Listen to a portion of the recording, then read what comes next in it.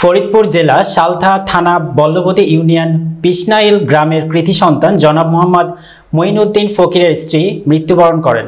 ইন্না লিল্লাহি ওয়া ইন্না ইলাইহি রাজিউন। আজ দুপুর ১টার সময় উক্ত অনুষ্ঠান শুরু হয়।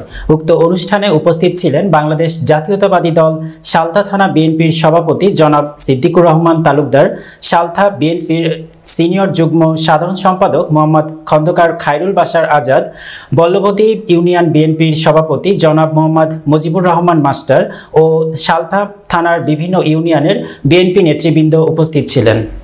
উপজেলা সালথা উপজেলা বল্লবতী ইউনিয়ন পিসনাইল গ্রামের কৃতি সন্তান মঈনউদ্দিন ফকির তার বাড়ির তে আজকের এই অনুষ্ঠানের আয়োজন।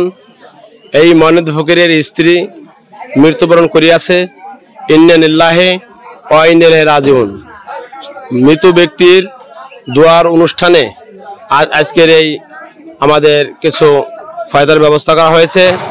এখানে দল মত নির্বিশেষে এখানে আপনারা জানেন বিভিন্ন মাদ্রাসার এতিম অসহায় বাচ্চারা এখানে এসেছে এবং অত্র এলাকার গণ্যমান্য ব্যক্তিবর্গ, দুস্থ অসহায় গরিব দুঃখিনী সবাই এখানে আসার সুযোগ পেয়েছে, ডাইল ভাত খাওয়ার সুযোগ পেয়েছে।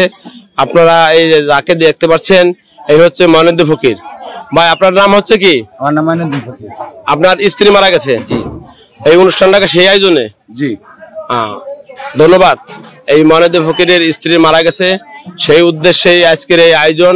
মহান রব্বুল আলামিনের কাছে লাখো কোটি শুকরিয়া যে তিনি এই অনুষ্ঠানের মধ্য দিয়েই মহান আল্লাহকে হয়তো তার স্ত্রীর আত্মার মাগফিরাত কামনা করে তার এই দোয়ার আয়োজন করেছে। মহান আল্লাহ তাআলা তাকে যেন বেহেশতে নসিব করে এবং কবরের আযাব মাফ করে তাকে বেহেশতের ফয়সালা করে দেন।